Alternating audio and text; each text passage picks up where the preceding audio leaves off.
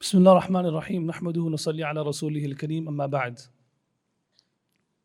قال الله عز وجل في كتاب العزيز بعد أعوذ بالله من الشيطان الرجيم بسم الله الرحمن الرحيم ومن أراد الآخرة وسعى لها سعيه وهو مؤمن فأولئك كان سعيهم مشكورا كلا نمد هؤلاء وهؤلاء من عطاء ربك وما كان عطاء ربك محظورا وقال عليه الصلاة والسلام ثلاث منجيات وثلاث مهلكات أما المنجيات فتقوى الله في السر والعلانية وقول الحق في السخط والرضا والقصد في الغنى والفقر وأما المهلكات فهوى متبع وشح مطاع وإعجاب المرء بنفسه وهي شدهن أو كما قال عليه الصلاة والسلام. And brothers and sisters, I was asked to speak about the path or those who Allah has favored, أنعمت عليهم, those who Allah has favored. And every single time I'm asked to speak about this topic, I don't know why, but my mind does not travel past some poetry of Allama Iqbal rahmatullah alayh. I always get stuck and suspended in his poetry because I don't know any modern speaker in our time in the last 100 years. And I would even say in the last 1,000+ years, a person who depicted the qualities of our forefathers and then contrasted that with the state of the ummah better than him. And you know, we could speak about it for hours. I have about 20 minutes. It's my first time doing this, but since I'm the speaker, I can do whatever I want. I chose to take some lines from his shikwa in Jawab shikwa, which you guys have heard that before? Who knows Allama Iqbal? Raise your hands. All right, we're going to do this together, inshallah. So I chose to take some lines from his shikwa and his Jawab shikwa and then explain, just read it and translate it and say a few words about it so that we can get an appreciation for our forefathers and then hopefully some inspiration on how we should move forward in our lives. First of all, before he starts, he has this message for the youth of the ummah. He says, "Kabhi a naujwan Muslim tadabbur bhi kiya tune, wo kya gardun tha tu jiska hai ek toota hua tara." He said, "Oh, my friend, have you ever thought? Did you ever think who you really are? This small trace and effect that's in your life still of love, of respect. This is a broken star from a galaxy of stars that came 1,000 years before." He says, "Tujhe us qaum ne pala hai aghosh muhabbat mein, kuchal dala tha jisne paon mein taaj sare dara." He says, do you know, we were raised so that Iman and Islam could come to Atlanta, Georgia in 2024-25. For this to happen, there were a group of people that had to give up everything they loved for the sake of Allah subhanahu wa ta'ala.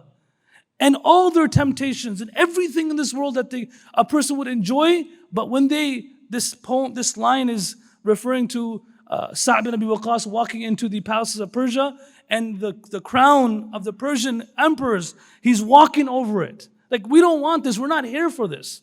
Our purpose on this earth is not this. We're not here for this. We are the children of those people who did whatever they could do in their power and control so that Iman and Islam could reach thousands of years later. You know how difficult it is to make sure our children are Muslim? Our grandchildren are Muslim? These people made the ultimate sacrifice so that Islam could stay in this world till this day. And then he goes on to say, who are these people? The first quality he says, थे हमें एक तेरे मारिका आराओं में, खुशकियों में कभी लड़ते कभी दरियाओं में, दी अजाने कभी यूरोप के कलीसाओं में, कभी अफ्रीका के तपते हुए सहराओं में, शान आंखों में न जचती थी जहां दारों की, कलमा पढ़ते थे हम छाँव में तलवारों की, थे ना कुछ तेगजनी हमें हुकूमत के लिए, नक्श तौहीद का हर दिल पे बिठाया हमने, ज़ेर खंजर भी ये पैगाम सुनाया हमने. He says, look, these people, he's in shikwa, Allama Iqbal is basically complaining to Allah and saying, oh Allah, we are the children of these great people who came before us. Have some love for us because we're their children. And then he introduces who they are by saying, these people, he's saying, we are the people that we would go in the highest parts of the world, the lowest places of the world, whether it's mountains, whether it's the low plains, whether it's the seas, whether it's the deserts, whichever country in the world it was, we had one purpose. So the first thing he describes about the Sahaba is these people left the city of the Prophet so they can spread the deen of Allah subhanahu wa ta'ala. And he says, and we call people towards you, O Allah. And where? Sometimes it was in Europe, sometimes it was a scorching heat of Africa. We never left anything. महफिल कौन व मकाम में सहरा व शाम फिरे, मैं तौहीद को लेकर सिफ्ते जाम फिरे, और मालूम है तुझको कभी नाकाम फिरे, दश्त तो दश्त है दरिया भी ना छोड़ा हमने, बहर जुल्मात में दोराया गोरे हमने. He says, Oh Allah, our purpose in life was just to spread your deen to everywhere in the world. We had no other purpose. We had no other mission. We just want to introduce people to Allah subhanahu wa ta'ala. This first portion of shikwa, Allama Iqbal is explaining something so beautiful. A person comes to the Prophet and says, Ya Rasulullah, uridu an akuna khairan nas. O Prophet of Allah, I want to be the best of all people. The Prophet said, kun nafi'an nas takun khairan nas. Be the one who benefits mankind the most, you will be the best person. And so what does it mean to benefit mankind? وَجَعَلَنِي مُبَارَكًا أَيْنَمَا كُنْتُ وَأَوْصَانِي بِالصَّلَاةِ وَالزَّكَاةِ مَا دُمْتُ حَيًّا. When Isa alayhi salam first spoke, he didn't even say his name. He didn't say, my name is Isa bin Maryam. He said, Inni Abdullah. He said, I'm the slave of Allah. I'm on this earth to serve Allah. You know how we sometimes, we go to a restaurant, and we order food. There's two ways of bringing food back to our family. Say your wife or your mother. You sit down, you order food, and then there's leftovers. And then you tell the server, can you please pack that? I'm going to take it to my wife. That's one way. So you bring it back and your wife sees it or your husband sees it. You know, it's like there's some fatouche there, and there's some like rice grains in the box as well, and somehow there's like a diced tomato, right? And then you bring it, and you're like, honey, like I thought about you, so I brought this food. Wallah, you do that 2-3 times, you're gonna be sleeping outside the house. All right? The other way of doing it is when you sit down to order food. At that very moment when you sit down, you tell the server, can you please get a chicken shish tawuk entree with some fatouche and hummus on the side to go. So then you have that ready to go before you even start eating food. You know the difference between an Abdullah and Abdul Dinar. The difference between a slave of Allah and a slave of dunya is just that much different. The slave of Allah takes out time, money, resources before that person even eats himself. And the slave of dunya, they give their leftover to Allah subhanahu wa ta'ala. When I have time, if your wife is not accepting or your husband won't be accepting of you bringing leftover more than 2-3 times, how about Allah subhanahu wa ta'ala? How about Allah? So this human being, he's saying, these are people, before they tended to their own needs, they first said, what is the need of Allah at this moment? What can I do for Allah? What is the need for deen at this moment? Let me do that first, and then I will tend to my needs. So this is how he starts his shikwa. And then he says, look, while they're fulfilling their own needs, salah still comes, correct? Obligations still come. Their own needs and their obligations, when they will be fulfilling it, he says, "A gaya ain rai mein agar waqt namaz, qibla ruh ho ke zameen bos hui qawm Hijaz, ek hi saf mein khare ho gaye Mahmud wa Ayaz, na koi banda raha aur na koi banda nawaz, banda wa sahib wa muhtaj wa ghani ek hue, teri sarkar mein pahunche to sabhi ek hue." He says, look, forget while fulfilling their own needs. If they're traveling, if they're in the path of Allah and they're in the middle of a battle, this is speaking about Hudaybiyah. When the Prophet ﷺ, it was a time for Asr Salah. Allama Iqbal was a historian, he knew Sirah. This is about Hudaybiyah. It was a time for Asr. And he had to pray Salah. It doesn't matter if there's enemies. They say, about in Karbala, I'm giving you an example of another incident. In Karbala, Hussein radiallahu anhu had to pray salah. And he was faced with the enemies that were way more in number than his own family. You can't even say an army, his family. And finally, when he finished his salah, he was one of the last man standing. He was sitting down, and one of the poets, he says something so beautiful. He says, "Main sar ba sajda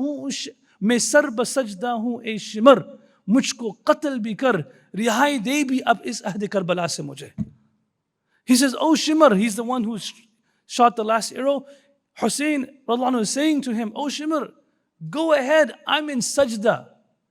Main sar ba sajda hu e shimar, mujhko qatl bhi kar. Go ahead and shoot me now, and finally free me from this prison of this world so I can go meet my grandfather." So in those situations, he's saying, in not just I'm at work, I'm at college, I'm watching a game, not this. Look, if we're asking ourselves what led to the decline of the ummah, khalas, just look at how the ummah deals with salah when it comes in. That's it. That's all you have to see. When salah time comes in, what is our temperament? What is our enthusiasm? How desperate are we to pray? The Prophet ﷺ never said to Bilal, "Oh Bilal, give adhan." He always said, "Arihna biha ya Bilal." "Oh Bilal, life is difficult. Let me hear the adhan so it gives me comfort."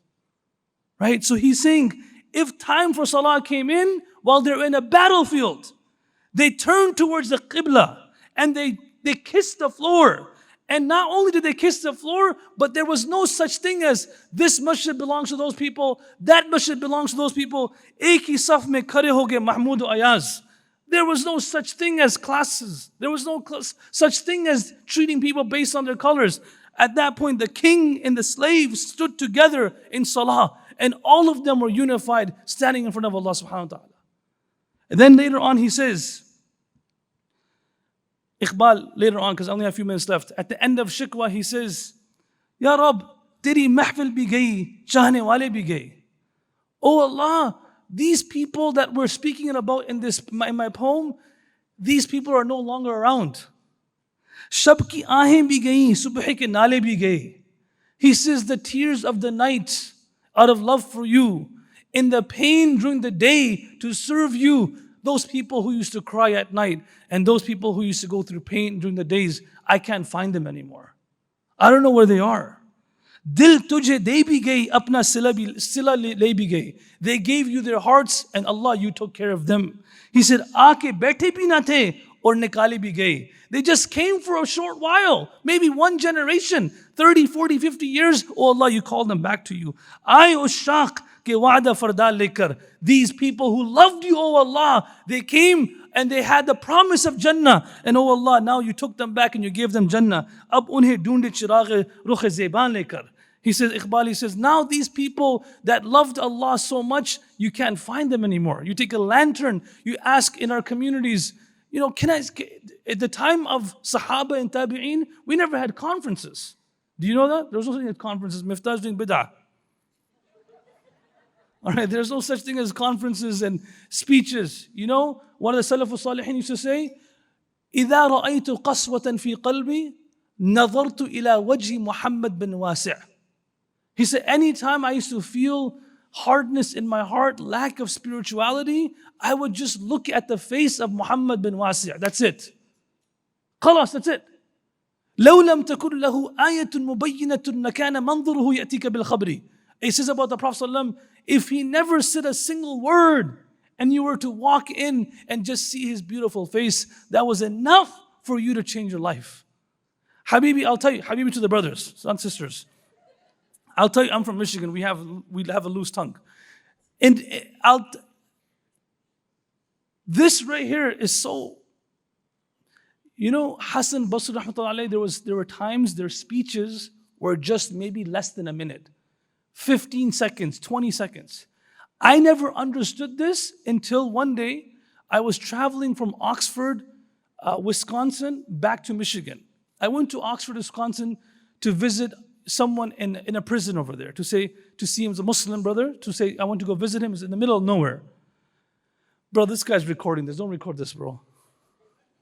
And I was traveling back, and I had to stop to pray salah. And it's in the middle of nowhere. So we put on our Google, the first thing that came up was a hotel. So I stopped. I said, let's go to this hotel. We get to this hotel. It was in an Indian reservation, and it was a casino. Massive hotel with the casino. Salah is going to become qada. I was like, forget it. I'm going to pray in a casino. But I'll go inside the lobby. But you know these shaitans, they make the lobby right next to the casino. Like you have to walk in. So I walked in. Before I walked in, I observed that, you know how in Walmart there was those shopping carts? Over there, every few aisles, there was those electric scooters. You know, electric like this? And I said, if those were in Detroit, they'll be stolen. Right? Over here, you have all these electric scooters every few aisles in the parking lot. And I was thinking, why are there so many electric carts? You sit and you come like this.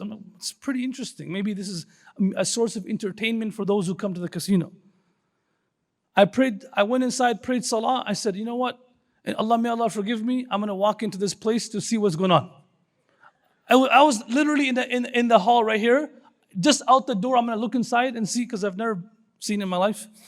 So I look through the door, and don't worry, I was not trying to like hit the jackpot for Miftaah. Trust me, I wasn't trying to do that. So I look through the door, and I see all these cards there. Brothers and sisters, these cards were there because 99% of the people that come there are 80-year-olds and 70-year-olds, old people who can't even get out of their cars and they can't even walk. And they have this arrangement for them to get on the scooter and come inside. And they're sitting there just giving their money, gambling money, losing. I saw this old lady. I said to her, how are you doing, ma'am? Doing good. I said, how much money did you make today? She said, I'll be happy if I made $1. Okay, you know, at that point, I remembered the statements of the Salaf. When they would come and speak, they would just say, Alhamdulillah bi ni'mat al-Islam wa kafa biha ni'mah. All praises to Allah subhanahu wa ta'ala who gave us the ni'mah of Islam, and that itself is a sufficient ni'mah. You ever heard this statement in English, which is a translation of a verse? If you count the blessings of Allah, you can never count the benefits of it. You heard this before, right?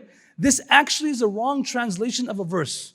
Because the verse is وَإِن تَعُدُّوا نِعْمَةَ اللَّهِ لَا تُحْصُوهَا. If you count, ni'mah is wahid, not jama'. Ni'am is jama'. Ni'mah is one blessing. Ni'am is jama', plural. The verse does not say ni'am, if you count the blessings of Allah. The verse says if you count a blessing of Allah. Is there a difference? If you count a blessing of Allah, you can never count the benefits of it. So then ulama say, why did Allah say a wahid? He says, because Allah is telling us that if you try to count the blessing of iman, the benefits of just the ni'mah of iman, you will go on your entire life and you cannot count the blessings of it and the benefits of it. And at the same time they say, لو أن لي في كل منبت شعرة اللسان لما استوفيت واجب حمده. Said if the second reason for that is Allah is telling us that if you try to be grateful for even one ni'mah, you can't do it. How a poet says, if every pore of my body became a tongue, and at once every single tongue thanked Allah for one ni'mah, it still would not be enough. So Iqbal, he says, these people, they're not here anymore. So then, end with the Jawab al-Shikwa.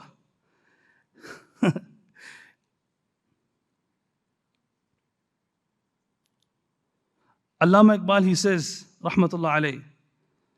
He says, look, you're talking about your forefathers? Okay, let me tell you who your forefathers are. You're right about your forefathers. Because Allama Iqbal is saying, oh Allah, in Shikwa he's saying, oh Allah, who removed batil from this earth? So Allah is responding in this poetic way in Shikwa, in Jawab Shikwa, he's saying, Safhi dahr se batil ko mitaya kisne? No insan ko ghulami se churaya kisne? Who removed batil from this world? Who freed human beings from the slavery of other humans and made them the slave of Allah? Mere Kaaba ko jabino se lagaya kisne? Who are the ones who removed the idols from the Kaaba and kissed and hugged the Kaaba? मेरे कुरान को सीनों से लगाया किसने? Who are the ones when there was no pen, no paper, but when the Prophet recited the Quran, they memorized the Quran so they could preserve it and they could convey it to the ummah. Who are those people who did that? Trust me, even that is so unbelievable. Something that we should kiss the Sahaba's forehead when we see them. That when we sit in these speeches for 3-4 hours, bro, you don't remember half the stuff. Right? And these people are sitting with the Prophet ﷺ all their life, and every time he recited a verse, they memorized it. Mere Quran ko seenon se lagaya kisne? Then Allama Iqbal in Jawab, he replies himself, Allah says, The to aaba wa tumhare hi. That's true, they were your forefathers. Magar tum kya ho? But who are you? Haat pe haat dare muntazar farda ho. You're just standing there waiting for a miracle. You're not willing to do anything. You don't have the same, you're not ready to sacrifice the same way as them. You're not willing to move the same way as them. You're not willing to love each other the same way as them. He says to them, he says, look, those people, tum ho aapas mein ghadabnak, wo aapas mein rahim. I told you, he said, you told me in Shikwa how they were with me. Let me tell you how they were with each other. He said, you people can't stand each other, but they're ready to die for each other. Said, Tum khata kar wa khata bin wa khata posh wa kareem. He says, you people, you make mistakes, that's not a problem, but you also expose other people's mistakes. No problem. Tum khata kar. You make mistakes. Everyone makes mistakes. Wa khata bin. But then you're there trying to expose people. Wa khata posh wa kareem. Those people, they hate people's mistakes. They were generous. Chahte sab hain ke ho auj thuraya pe muqim. Everybody wants that Islam prevails again and Islam is dominant again and we are he said everyone wants to get to the star. Pehle waisa koi paida to kar le qalb salim. It all starts with the heart. It all starts there. First develop a heart that has the ability to love Allah and love His servants. Develop a heart that's ready to forgive. Develop a heart that's ready to tolerate. Develop a heart that's always ready to move on. First do that. Then he says at the end, and I don't want to make you guys depressed. He says, look, Iqbal, Muhammad, let me tell you something. Hum to mail bakaram hai. Koi sail hi nahi. He says, oh Ummah, the Sahaba, they turned to me. They knew how to turn to me in the nights. And they knew how to serve me throughout the days. I'm always waiting for my servant to turn back to me. And I will give them more than they expect. Hum to mail bakaram hai. I'm waiting to give. Koi sail hi nahi. There's no one there to ask. Ask ourselves in our nights and our homes. How many people are asking Allah subhanahu wa ta'ala? He says, Raah dikhlaye kise? Rehroe manzil hi nahi. He said, who should I show the path to? No one's even asking me. Ihdina as-sirat al-mustaqim. No one's asking me, oh Allah, show me the path. Tarbiyat aam to hai. Johar qabil hi nahi. Yes, people, tarbiyat aam means we now know how to do many things. Jack of all trades. In this room we have people from all different professions. We can, a person can do all this IT work, engineering work, as a doctor, he can do all this, people can do all this magic with this stuff. But he says, koi jisse ta'mir ho Adam ki wo gil hi nahi. But the reality is the raw material that it takes to make a human being, you don't even have that. When you make carbon fiber products, you have carbon fiber, it's one of the most expensive materials. You can get something that looks like carbon fiber.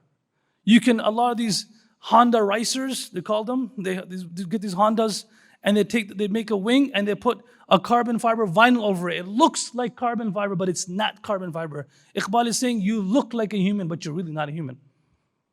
You don't have the material that it takes to be a human. He says, Koi qabil ho to hum shaan kahin dete hain. Dhoondne walon ko dunya bhi nahi dete hain. If someone just today, inshallah, we turn back to Allah and say, oh Allah, show me that path. Oh Allah, forgive me. Allah says, then watch how I give you a different life. Watch how I open the doors for you. And at the end of Jawab Shikwa, Iqbal, he says, and if you don't remember anything from this entire speech or in this entire conference, remember this. He says, the secret to the Sahaba in the Salaf al-Salihin reaching the heights they reached was that they did not want to misrepresent the Prophet ﷺ. They did not want to misrepresent Allah. When someone looks at your sister and your name is Aisha, you're not just representing yourself. You're representing a lot of Muslims who came before you. You're representing Aisha radiallahu anha. And that's an honor. That's an honor. When someone looks at me and my name is Muhammad Abdul Rahman, I am representing Muhammad sallallahu alaihi wasallam. And I'm representing Allah. And the worst thing you can do in this world is hire a lawyer who misrepresents you. You paid him all this money and he goes and he makes a backdoor deal with the prosecutor. The worst thing we can do as Muslims is misrepresent the Prophet ﷺ. Wallahi, once, I have 2 minutes. Why are you getting all scared for, bro? It's my program. Is he all stressed out? You know, one time, Hazrat Thanwi rahmatullahi alayhi, this is from Mufti Kamani Saab. One time, Hazrat Thanwi rahmatullahi alayhi, he wrote in his Malfuzat, he wrote that there was this one guy, this person who used to do jabe cart. He used to cut people's, he was a pickpocketer, he used to cut people's pocket in India. And he had this gang of people that used to pickpocket. It's a very simple story, but a beautiful example. He says there's one person who was like the biggest guy, like he was a master at robbing people. One day he comes to his leader with just a few pesas, just a few pennies. So the leader says to him, there's no way that today you came with just a little bit of money. What did you do with the rest of the money? He said, no, I didn't have anything. So after pressing him, he said, all right. Today, I hit the jackpot. I was walking behind a British soldier and I pickpocketed him. I cut his pocket and all these coins fell. And I picked it up. Now this is a Bedouin and they have a simple way of thinking. So when I picked it up, I thought to myself that this person is a ummati, he's a follower of Isa alayhi salam. And I'm a follower of Muhammad sallallahu alaihi wasallam. He said, I thought to myself, if I take his money today, I don't want him to go to Isa alayhi salam on the day of judgment, complain to him, and then Isa alayhi salam goes to my prophet and says to my prophet, look at what your ummati did to my ummati. And I don't want to be a source of disappointment for Rasulullah. So I went and gave him the money back. I don't want to misrepresent the Prophet. I don't want to cause any source of disappointment for him. So every time you're about to do something, remember you're not just representing yourself, you're also representing the Prophet. And that's why Jawab al-Shikwa ends with, Ki Muhammad se wafat tune to hum tere hain. Ye jahan cheez hai kya, loh wa qalam tere hain. Look, if you're loyal to the Prophet, if you love him and you're loyal to his name and you represent him properly, Allah says, all I want you to do, because he's my Habib.